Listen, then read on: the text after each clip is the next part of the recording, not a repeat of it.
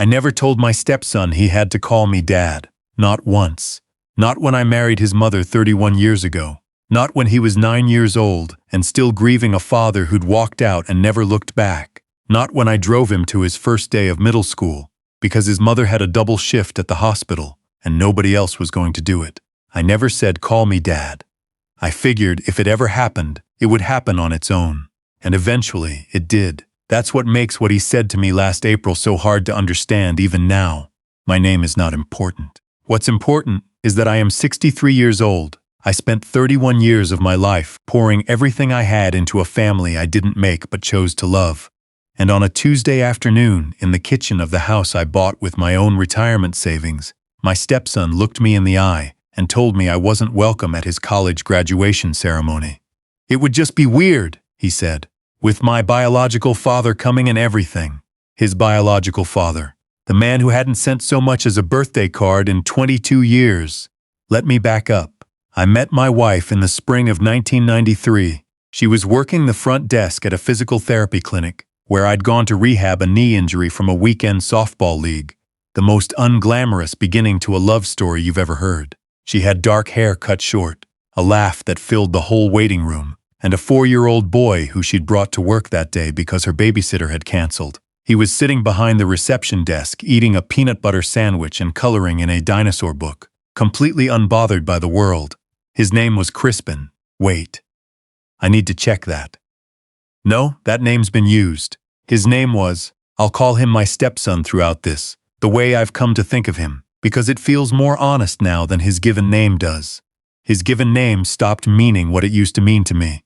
His mother, I'll call her my wife, same reason, was 31, and recently divorced from a man who had, by her account and by every piece of evidence I ever saw, decided very early on that fatherhood was not for him. He moved to somewhere out west, Arizona, maybe New Mexico. He sent a card the first Christmas. After that, nothing. My wife was working 2 jobs and raising her son alone, and she did it without complaint. That was one of the first things I noticed about her. She didn't carry herself like a woman waiting to be rescued. She was just living her life, doing what needed to be done. I respected that. I still do. We dated for 2 years before I proposed. In those 2 years, I spent a lot of time with her son. We watched baseball together. I taught him to ride a bike in the parking lot of a church near our apartment. It took 6 Saturdays, but we got there. When he fell and skinned his knee on the asphalt, I sat down on the pavement right next to him and told him it was okay to cry. He was 6. He cried. Then he got back on the bike. I wasn't trying to be his father. I was just trying to be present. When I asked my wife to marry me, I also, separately, privately, asked her son if it was okay with him. He was 7. He thought about it for what felt like a full minute, very seriously, and then he said, "You'd better take care of her." I told him that was the plan. He said, okay. We got married in a small ceremony in her sister's backyard in Knoxville. 63 people. Her son wore a clip-on tie and carried the rings. At the reception, he fell asleep on my jacket on a folding chair in the corner, and I sat next to him for an hour rather than wake him up. My wife found us like that and took a picture. We had it framed. It hung in our hallway for 25 years. The years that followed were ordinary in the way that good years usually are. We bought a house in Murfreesboro, a 3-bedroom on a quiet street with a big oak tree in the backyard that my stepson immediately started trying to climb. I paid for braces, twice. I sat through 5 years of Little League and 4 years of middle school band and exactly 1 truly terrible school play in which he played a talking ear of corn. I coached his travel baseball team when he was 11 because nobody else stepped up and I couldn't stand watching those kids practice without any direction. I wasn't a natural coach. I read 3 books about it first. I never legally adopted him. His mother and I talked about it once, early on, and she said she thought it might confuse him, and I deferred to her. I wonder sometimes if that decision made a difference later. Maybe it gave someone an out. A technicality to hide behind when things got complicated. Here's what I know for certain. I paid for his college, all of it. He went to the University of Tennessee. 4 years, room, board, tuition, textbooks. The laptop I replaced twice when the first 2 gave out. I also sent him a monthly allowance, because I didn't want him working 30 hours a week and struggling to keep his grades up. I'd seen that happen to other kids his age and I didn't want it for him. My wife and I had saved carefully for years to make it possible. He did well. He majored in civil engineering, made decent grades, made good friends, called home most Sundays, and when he called he usually talked to me as much as he talked to his mother, which I took as a sign that things were good between us. He graduated in May, or at least, he was supposed to. That April, 1 month before the ceremony, my wife told me over dinner that her son had reached out to his biological father. I put my fork down. I said, okay. She said his biological father wanted to come to the graduation. She said her son had invited him. I said, okay, because what else do you say? The man is his father. Blood. I've never had a problem with that, technically. I understood it. I didn't like it, but I understood it. What I didn't understand came 3 days later. My stepson called on a Wednesday evening. My wife answered, talked for a few minutes, and then came to find me in the garage, where I was working on a shelf unit I'd been building for the back porch. She looked uncomfortable. She held the phone out to me and said, he wants to talk to you. I took it. I said, hey, how's everything? He said everything was good. He said he was excited about graduation. He said he'd been thinking, and he wanted to talk to me about the seating situation at the ceremony. The venue had a cap on guest tickets. Each graduate got 6. He'd already used 4 on his mother, his aunt, his grandmother, and his uncle. He said the last 2 had gone to his girlfriend's parents. I said, okay, so where am I sitting? He said, that's the thing. He said it would be a little complicated with his biological father there. He said he didn't want any tension. He said it would just be easier probably if I watched the live stream from home. I said, you want me to watch from home? He said, I knew you'd understand. I didn't say anything for what must have been 15 seconds. I remember I was still holding the sandpaper I'd been using on the shelf. I set it down very carefully on my workbench, the way you do when you're trying to make sure your hands don't shake. Said, let me make sure I understand. I paid for 4 years of your education, and you'd like me to watch your graduation on my laptop. He said it wasn't like that. He said I was making it into something it wasn't. He said his biological father had reached out, and it was a meaningful thing for both of them, and he didn't want it to be awkward. I said, have I ever made anything awkward? He said, no, but... I said, in 30 years, have I ever done anything to embarrass you or your mother at a single event I attended? He said I was being unfair. I hung up. I stood in my garage for a while. I don't know how long. The sun went down and I didn't turn the light on.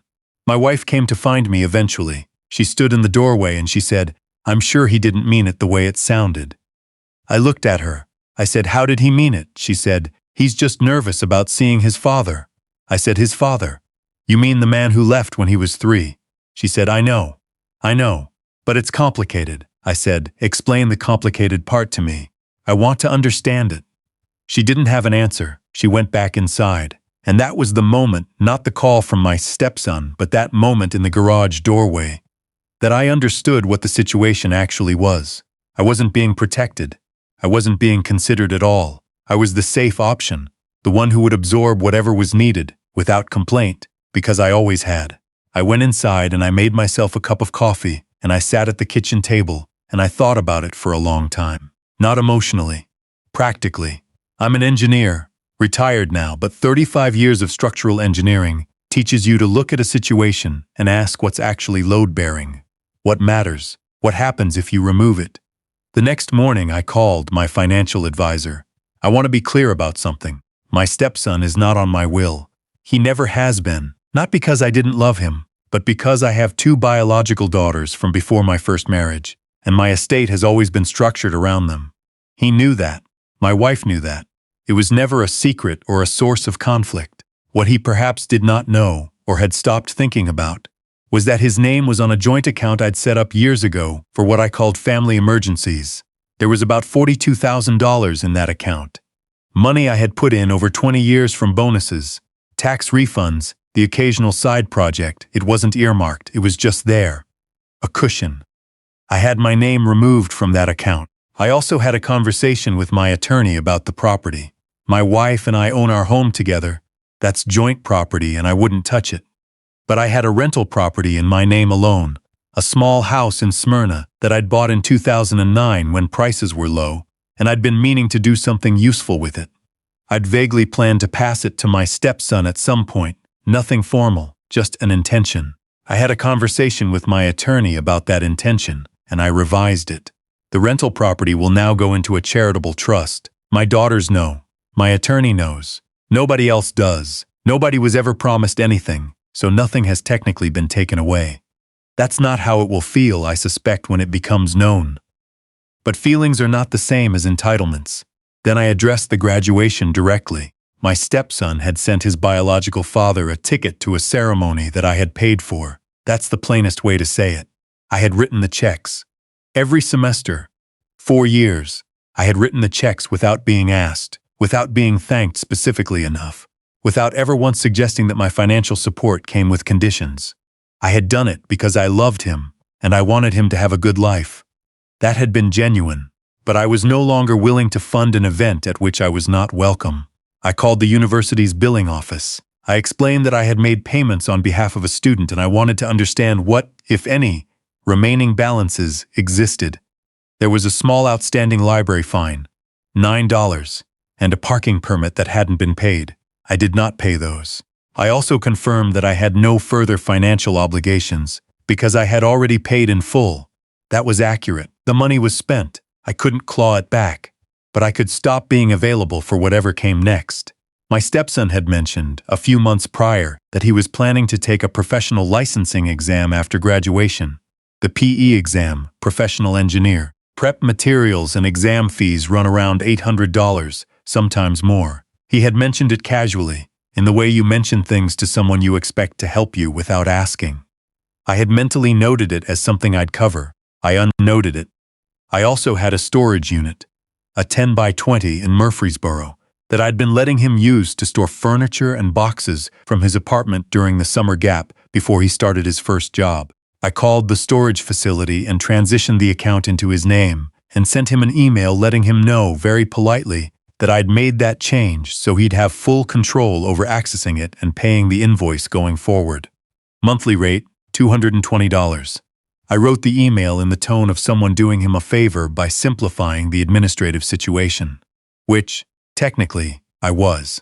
He did not respond to the email. The week before graduation, my wife asked me what I'd decided to do about the ceremony. I told her I was going to respect my stepson's wishes and not attend. She seemed relieved. That bothered me more than I expected it to, that relief. I had hoped, I suppose, that she might fight a little harder for me to be there, that she might have gone back to her son and said, "This man raised you. He will be in that audience." She did not do that. She bought herself a new dress and got her hair done, and she went to Knoxville for a long weekend, and she watched her son walk across a stage, and she came back and showed me pictures. She did not show me pictures on purpose. She left her phone on the kitchen counter while she unpacked, and I saw the photos on the screen. Him in his cap and gown, her with her arms around him, a man standing beside him in a sport coat that I didn't recognize but could calculate the age of. He looked older than I expected, heavier. He was smiling the smile of a man who had shown up to collect something he had not earned. My wife noticed I'd seen the photos. She picked up her phone quickly and said, "I was going to show you." I said, "It's okay," and I went out to the garage. I need to say something clearly, because I think it matters. I was not destroyed by this. I was not crying in my garage. I am 63 years old and I have been through enough in my life to know the difference between pain and catastrophe. This was pain.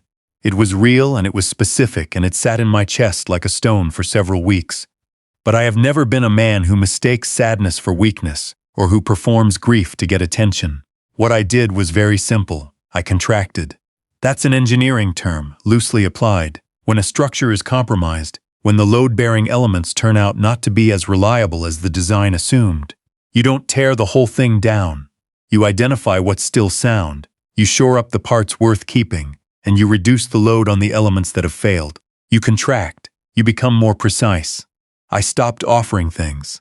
I had always been the one who noticed what needed doing and did it without being asked. Gutters needed cleaning, I cleaned them. Car needed an oil change, I scheduled it. Insurance renewal came up, I handled it. That's just who I am.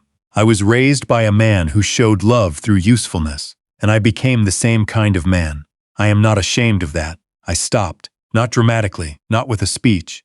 I just stopped noticing out loud. My wife noticed the furnace filter needed changing. She mentioned it. I said, "Yeah, those need to be done about every 3 months." I did not go change it. 3 weeks later, she asked me directly, and I said, "Sure, I can do that," and I did it then. That was the new arrangement, and it gets done. Expect in silence, and it does not. My stepson called in July. He'd received the storage unit bill. He asked if there'd been some mix-up. I said no, I'd transferred the account to him because I figured it made more sense for him to manage it going forward. He said, "Oh."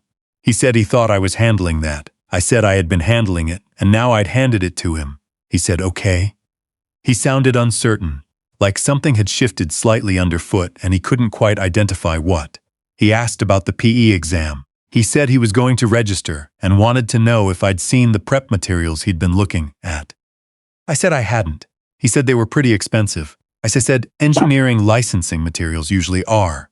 I did not offer to cover them. He waited. I did not offer.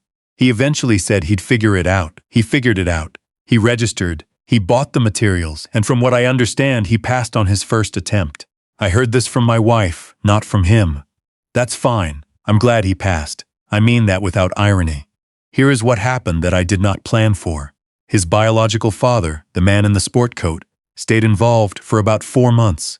My stepson told his mother, who told me, that they'd had dinner a few times, talked on the phone regularly, made plans to get together over the summer. It sounded like the beginning of something real. Then it wasn't.